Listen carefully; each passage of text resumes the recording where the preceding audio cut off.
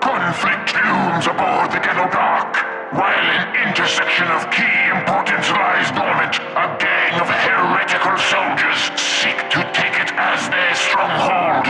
But as they advance, they find themselves face to face with a band of void-scarred Eldar raiders and chaos reigns. They battle to the death on Mountainside Tabletop. What's up, y'all? We have a Patreon now.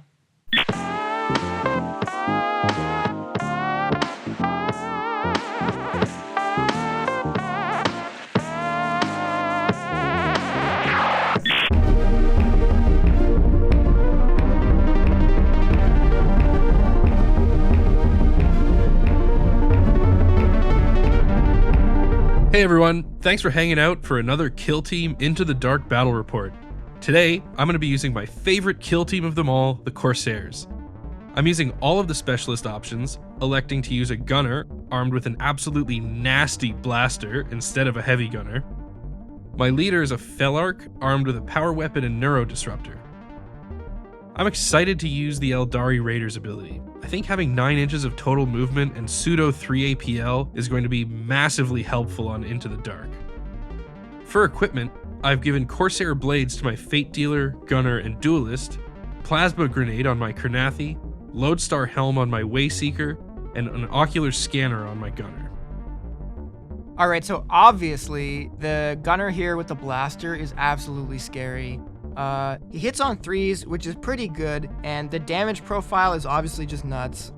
AP2 is good. It's not that good against my 5-up saves, but it's still good enough, and honestly, just basically, unless some crazy rolls happen, anytime he shoots one of my guys, except for the Ogryn maybe, he's gonna get a kill, so he needs to be taken off the board fast.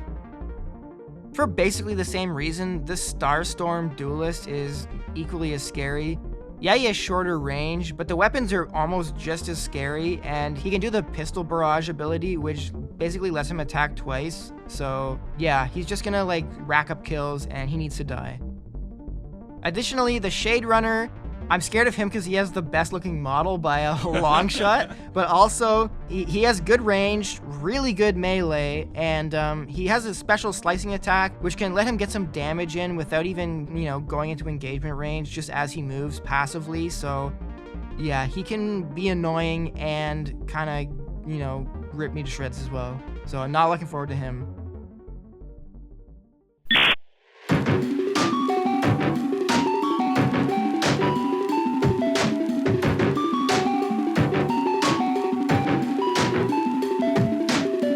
Alright, sup y'all, I'm back again here with my Blooded. I'm super pumped to get to play these guys in the Into the Dark setup because I think they're going to be really good, even better than in the open board. So yeah, I'm really pumped to get into it. So I'm bringing the same list as last time. If you saw the last video where I played these guys, notably again, I don't have a commsman, suboptimal list, come at me. For the equipment, I picked Sinister Trophy because it's by far the best thing they have, and I put that on the Butcher. Then I've given armor plates to the Chieftain, the Grenadier, and the Gunner. And I've also given my Chieftain a Beast Pelt. Also, this isn't equipment, but before the game even starts, my Corpseman gets to give someone a stim, and I'm going to give Relentless to my Butcher's melee weapons. As always, I'm terrified of the plasma. The Blooded Chieftain as well as the Gunner have access to overcharged plasma shots, and these guns are a real menace on the board, and I'm going to have to constantly be aware of where they are. Brad could really restrict me with a timely guard with either of these units. Of course, the melee threats on this team are a straight up nightmare as well. The Ogryn is just a ridiculous meat pile that can walk into an objective while getting shot and kill multiple of my little elves without even really thinking about it. And finally, Brad's Enforcer is also a huge threat in melee. I have some great melee fighters as well, but with that Power Fist paired with 8 wounds, if he's the attacker, I'm pretty much just going to die before I can do any real damage. Today's battle will be fought using the full-scale attack mission from the Into the Dark book. The deployments are all along the long sides of the map, and the walls are used to create 2 small chambers with doors facing the deployment zones.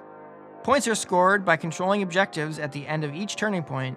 The middle objectives, the betas, are worth 1 point each, And the objectives in your opponent's drop zone, the alphas, are worth 2 each. You score nothing for controlling the objectives in your own drop zone. You just gotta defend them. I win the roll-off and choose to attack, so Brad selects sides and we set up our operatives and barricades. In the scouting phase, Brad chooses to change an order and I get an extra barricade. I throw it on the board and secure initiative, and with that the game begins. In the strategy phase, Brad puts his first blooded token on his plasma gunner. I reveal all 3 of my tac ops, definitely sacrificing some subterfuge here, but the payoff being maybe scoring some early points. I'm revealing Triangulate and Overrun, as well as my faction tac op Opportunists. I nominate Brad's Butcher, Flenser, and Grenadier as the units I need to kill. I'm thinking he won't be able to hide those 3, and will need to bring them out into the action and risk their safety. Alright, with the first activation, I move my bird person and do his bird ability. I'm trying to make Brad's sniper engaged here. I had +1 to the roll since Brad's not in heavy cover, so I'm looking for a 5 or a 6 here, and I roll a 6. So now for all shooting attacks, that sniper is considered to have an engage order. Alright, I'm just gonna go ahead and concede here. I think I've lost, but yeah, I'm just gonna move the sniper out of the way. Like, I'm probably not gonna be shooting anyway this turning point, so I just don't want him to die, so I just move him out of the way. Next, my Karnathi's going to move to the edge of the board, do the triangulate action, and then dash to behind the barricade. Alright, now my Flenser is just going to move up and open this door so that my dudes can pass between both sides of this area.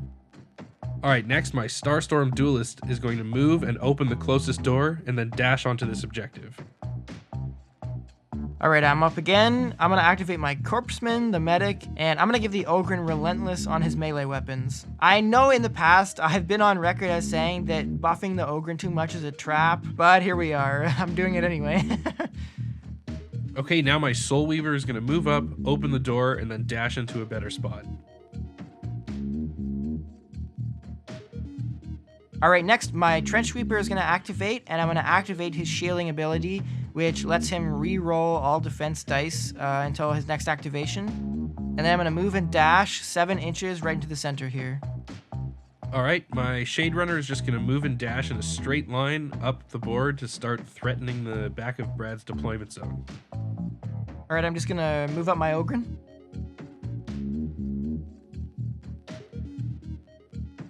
Alright, my Felark is kind of out of position because I placed him in a stupid spot, so now he's going to dash, move, and then open the door to the large chamber.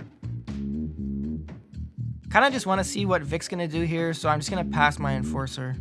I'm basically going to keep him on defense for most of the game anyway, so he's just going to chill here in conceal order. Okay, now I'm going to move my Gunner up to the open doorway by the large chamber and guard. Kind of just daring Brad to come into this room with his Plasma Gunner. Okay, I'm going to move up my Grenadier just next to the Trench Sweeper. Alright, well I think I can apply some more pressure here, so I'm going to move my Wayseeker into the same chamber and guard the other door. Well for now I'm just going to move my Grenade Launcher just a little bit, reposition him. Okay, I'm pretty happy with where my Fate Dealer is, so she's just going to pass. Alright, I really want to just get aggressive. This team has quite a few buffs when they get within 6 inches of my enemy's drop zone, and there's an objective up there too, which is worth a lot of points. So I'm just kind of moving everyone toward one of Vic's home objectives, and I'm going to just move up my leader in that same vein. Alright, now, I don't know, I feel like I can make some interesting play here. I want to put some pressure on the middle room, so I'm going to move up the Thug and open the door so that maybe the Boomer can run in and shoot. I'm gonna choose not to guard the Thug. Okay, I was hoping to bait that, but I guess Vic's better than that. Then I'm gonna move up my Plasma Boomer and just like hide around the door so he can get in and shoot later. Okay, so at this point, I'm gonna use an Overwatch attack on the Thug because I no longer have to worry about the Plasma Boomer coming and shooting me in the face. So I'm looking for 4s here, roll 3 hits with AP2, and it brings down the Thug. Yeah, I don't even get to roll. I'm dead, and I also realized that I just made a pretty huge blunder here. This team, the Blooded, they have an ability called Dark Favor, and basically, if a guy has a blooded token on him and he's next to a guy without a blooded token, when the guy with the token is targeted by a shooting attack, he can force the target to the guy next to him instead. I had a perfect opportunity to use this, move up the plasma gunner, and make Vic actually shoot the thug instead of the boomer, and then I could shoot and kill his big gunner. It would have been great, but just, I don't know. I just got my mind on something else and I completely forgot about it. Feels really bad. I basically just let my thug die for no reason, and I let Vic's, scariest gun live for no reason. Feels, just oops. That's a big mistake. Well, I guess just to finish up the turning point, I'll just move my butcher up. All right, so that's the end of turning point 1. I get 1 point for controlling the objective on the right-hand side, and that's about it. Yeah, I feel okay, except that one mistake I made where I could have used that really good ploy. It just feels bad. Like, basically, I just feel like I threw away a unit for no reason. Yeah, I get that, but I mean, I'm concerned. Brad has a lot of pressure on the left-hand side of the map that I'm eventually just going to struggle to deal with. I'm hoping to kind of swing my pressure around to the right side, so we'll see how that goes. I think controlling this center corridor might be pretty important, but it's really hard to tell right now. Yep, let's move on. But wait, Vic, before TP2, special announcement time. Breaking news! Breaking news! Breaking news! You leave all those in. All right, folks, we've heard your demands, and we've decided it's finally time to start a Patreon. Yeah, we want to keep making videos. We've been loving putting out Kill Team and Warcry content lately, and between both games, 8 boxes this year, and That ain't cheap. that's a lot of money. Yeah. We want to get battle reports out faster to you. We want to be able to feature the new teams, and we want to up our production value even more. I mean, the basement's great, but I mean, with better equipment, who knows? Maybe we'll get on ESPN. Kill Team on ESPN, right? You can check out all the details in the link in the description, but a few of the perks include discount codes on our sick-ass merch, some Discord perks in our community, which is free to join, input in our future videos, and lots more. And even more than that, you get the personal satisfaction that that you help 2 grown men buy more little plastic men and then paint them and then record them so you can watch them. That's the real treasure here. That's the dream. Yeah. See, you join a Patreon tier, no more tears for you. Bye-bye tears, right? All right, back to the game. Back to the game? Back to the game. Peace, y'all. All right, start at TP2. We both head up to 4 CP. We roll off, and I win initiative. So for strategic ploys, I'm going to put a blooded token on my Grenadier, and then Vic's going to use Plunderer to dash his gunner up away from the door here and just get in a better position. Since I didn't win initiative, I really don't want Brad's plasma gunner to just come kill my best unit before I have a chance to do anything. Yeah, that makes sense. For TAC Ops, Vic's already revealed all of his, and I'm just going to reveal Route here. Seems pretty good on this map. So for my first activation, I'm going to move my leader up and overcharge my plasma and shoot on Vix Karnathi. I want him dead. He's pretty scary with those swords, and I think I'm in a good spot to just get a clean kill here. So I roll. I score 3 crits and 1-1, so I actually take 3 mortal wounds from the 1 since I overcharged, but absolutely wipe out this Karnathi. He's gone. Tragic that I didn't have an engage order on him, because then I could have done that sweet action where I interrupt you and make you fight me instead. But then you would have just killed me without moving anyway, so Yeah. whatever. Okay, so as soon as I get this kill, a couple things happen. First thing, I get 1 blooded token added to my pool, since this is the first enemy operative I've incapacitated this turning point. I also score 1 point for route because this all happened within 6 inches of Vic's deployment zone. And then I'm going to go ahead and use 1 CP on the ploy reward earned. Since my leader got this kill within 3 inches of the target, I can use this ploy to get another blooded token added to my pool. So I have 2 just chilling. Feels good. That was a good activation. All right, next my Starstorm Duelist is going to use the Light Fingers tactical ploy, and then move, open the door, and then use Pistol Barrage. My first shot with the Fusion Pistol easily one-shots Brad's grenade launcher. Next, I'm going to use the standard Shuriken Pistol and one-shot the Sniper. I did use a CP for a reroll, didn't do anything, but it doesn't really matter because I landed 2 crits and a hit, and Brad rolls all 1s. Easy. Oh. Also, since this was the first time that one of my guys died this turn, I get a blooded token to my pool. All right, well, I want to do as much kind of useless crap, just moving up and stuff, to see what Vic does first. So I'm just going to move up my butcher and hide behind his barricade. All right, well, I really need to make sure the Ogren doesn't get off any absurd charges, so my Wayseeker is going to use his Freezing Grasp psychic ability and then guard the room. Okay, I'm feeling a bit exposed in this hallway over in the side of the map, so I'm going to move my Plasma Gunner over and guard just to try and, secure the area. All right, well, this looks like an opportunity to abuse the stupid obscurement rule. So my gunner is going to dash into a spot where I can see Brad's gunner. Wait, what? And mine is still obscured because I'm drawing cover lines from the left side of my base. And then I'm going to shoot his best gun. I get a good enough roll and it brings down the gunner. This gun is absolutely wicked. I wish every team had this gun on it.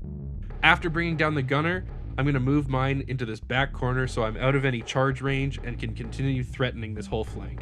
That feels really bad. I tried to do a sneaky guard, and I'm just too dumb to make it work, so rip. Well, then next up, I'm going to move my corpseman, I guess, and just shoot this guy out in the open while he's there. I have a crappy gun, but I'm going to do what I can.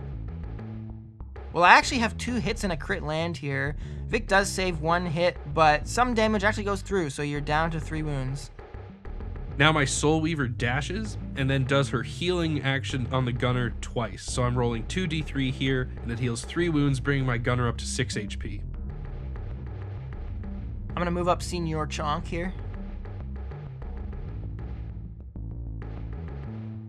Alright, this is a pretty aggressive and probably stupid play, but I'm not really planning on using the bird action anymore, so I can basically just suicide this guy. I'm going to move and dash the hunter up and try to kill the grenadier. I'm rolling 1 less attack dice because I have to shoot through another one of Brad's units. I use my last CP for a reroll. I get 2 hits and a crit. Brad saves the crit, rerolls the 1, saves the other crit. Damn it, only down 3 wounds after that, and now my Birdman is very much in the wind. Well, okay, I like it when Vic suicides his units, so Yeah. I'm gonna throw a crack at this guy. So I score 3 hits here using a command reroll, but Vic saves 2 and only takes 4 wounds, so he's still not dead. It's just down to 4. I really thought I was gonna get him. Yeah, I thought I was going to kill you, and then I thought you were going to kill me, and, here we are just staring at each other now. Okay, next my Shade Runner is going to do the Triangulate action on this kill zone edge, which gets me up to 2 VP, and then pass the rest of the activation. Okay, well, I waited as long as I felt like I was comfortable waiting, but now my Enforcer is just gonna try and take care of this duelist.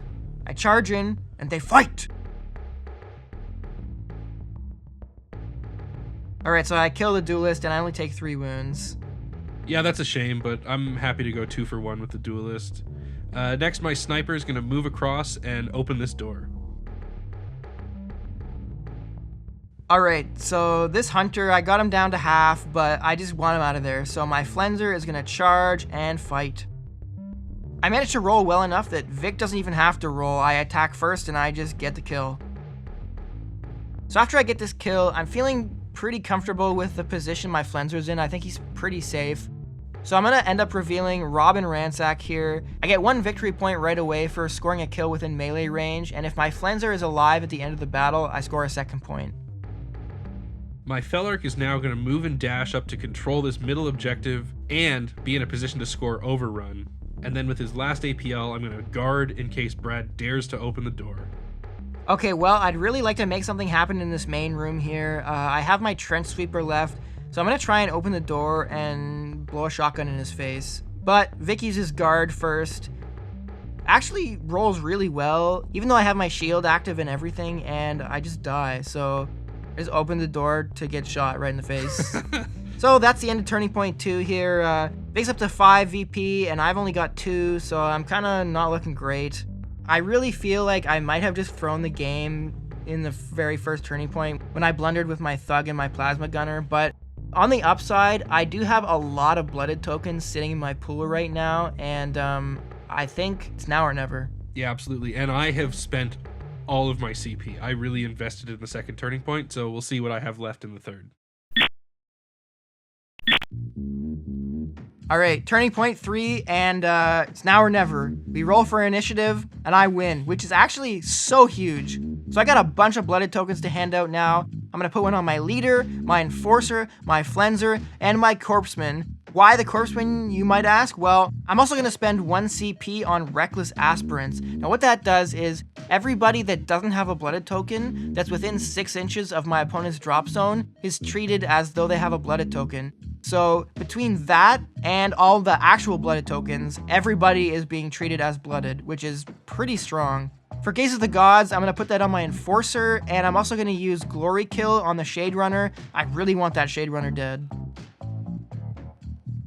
Alright, so for my first activation here, my leader's going to activate, and once again, I'm overcharging that Plasma Pistol. Plasma is so good. It seems like the Plasma Pistol too, in Into the Dark, even though it has a shorter range, it doesn't even matter that much. Like, it's so strong. Yeah, definitely. So I hit on 3s with this, and I obliterate the Soul Weaver.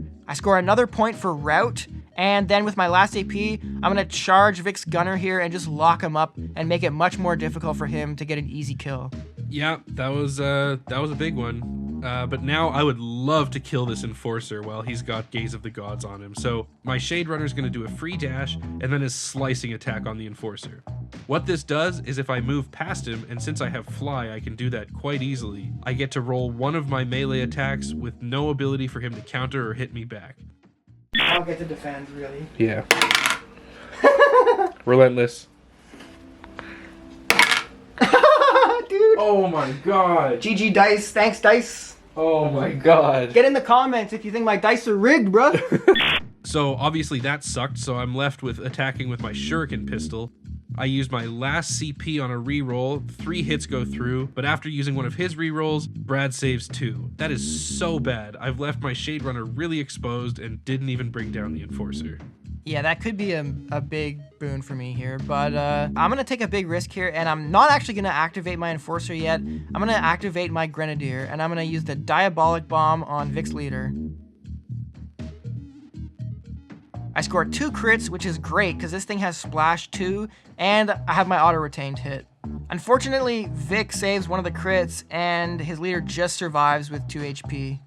Alright, next, my Gunner is gonna fight the Chieftain, hoping to get a really clean kill here because I have the Corsair Blades equipment, and then get a shot off against the Ogren. Here comes the roll.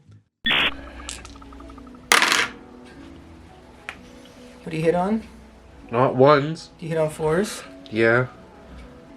I think you... Jesus. Murphy. Alright, I'm dead. Absolute dog shit, and my Gunner activates just to kill himself with the Chieftain's stupid improvised weapon. What a disaster. Going downhill. Alright, well that feels really good to get a kill on an important unit when it's not even my turn, but I guess next, I'm gonna use my Corpseman with his crappy gun again, just move into the main chamber and shoot at Vic's leader. I managed to get 2 hits through. I use a CP to reroll, hoping to do a little bit more, but it doesn't help. Shockingly though...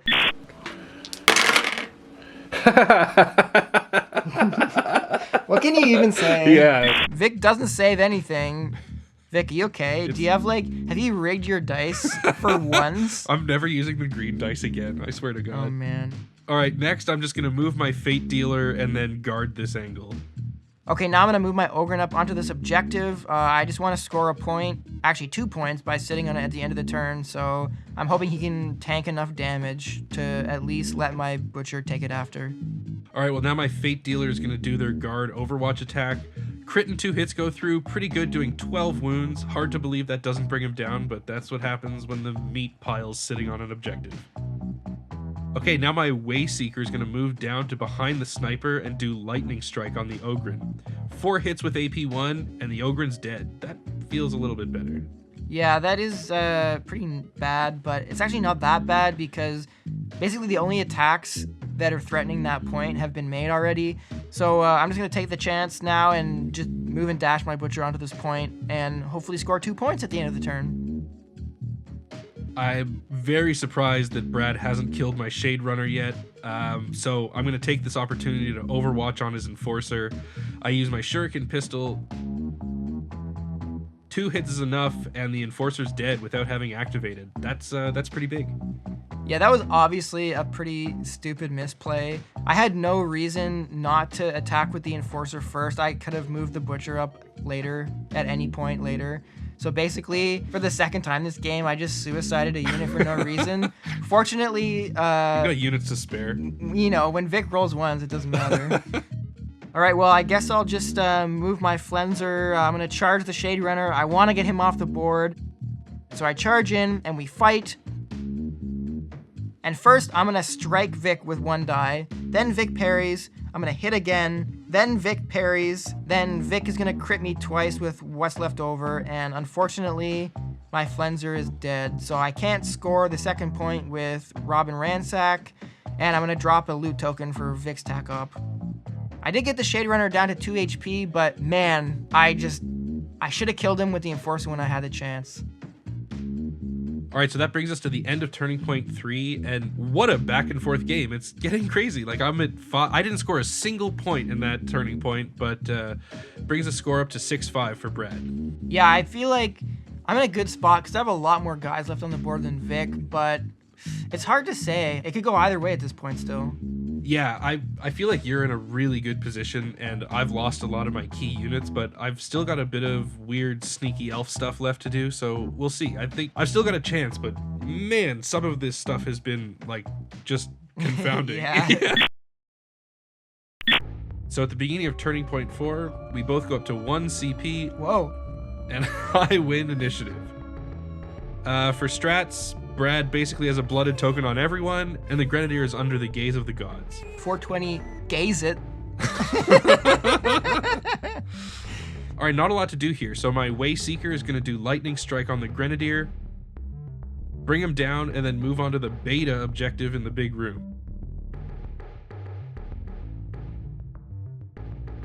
All right, well, there's no better thing to do than overcharge a plasma pistol, so I'm gonna activate my leader, overcharge his plasma pistol, and then attack the Fate Dealer.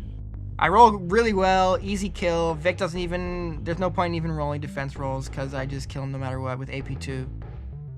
Okay, now my Shade Runner is going to use the Light Fingers tactical ploy, pick up the loot token for free, triangulate the back edge for an extra victory point, and then move on to the big money objective in the back.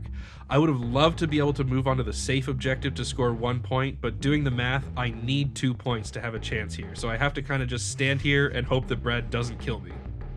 All right, well, you know, the las guns are pretty bad, but I'm actually getting some damage through with this Corpseman, so I'm gonna move around the corner and just try and shoot the Shade Runner. I really want to get him off this point because that's, you know, that's a 2-point swing if I get the kill.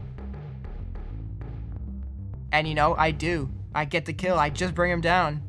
Easy. Las gun OP. Yeah, last gun OP, I dropped the loot token. That sucks. I mean, this is... Oh yeah, that's a 3-point swing. Yeah, damn. it is. Unfortunately, I can't Overwatch because my Wayseeker is my last unit, and he's about 8 inches away from everyone and has 6-inch range.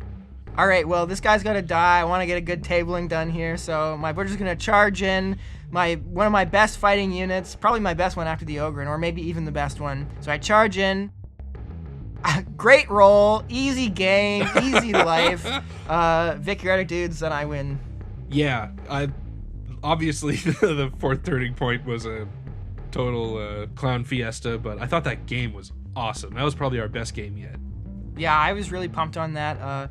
Blooded feel great in Into the Dark. These guys have the potential to be really, really good. Yeah, absolutely, they do. The Blooded are really scary.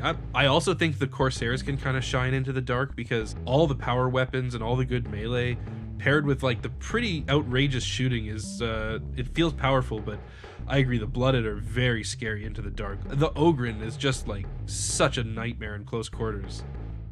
So as the game ends, I score a bunch of points for objectives, and also I reveal my final tac op, which is basically kill a lot of guys and get a lot of points. Yeah, final score 11-6 for the Blooded. All right, so thank you everyone that stuck around this long and watched till the end of the video. If you have enjoyed the video, you can feel free to give us a like, feel free to give us a click to subscribe. I never ever have made that line flawlessly. Give us a subscribe. Why do I always say it like that? Anyway, yeah. We got a new Patreon account, so you can check it out if you want and help us make better, more frequent videos for you. And help us help you. Thank you, everybody. We appreciate it. Peace, y'all.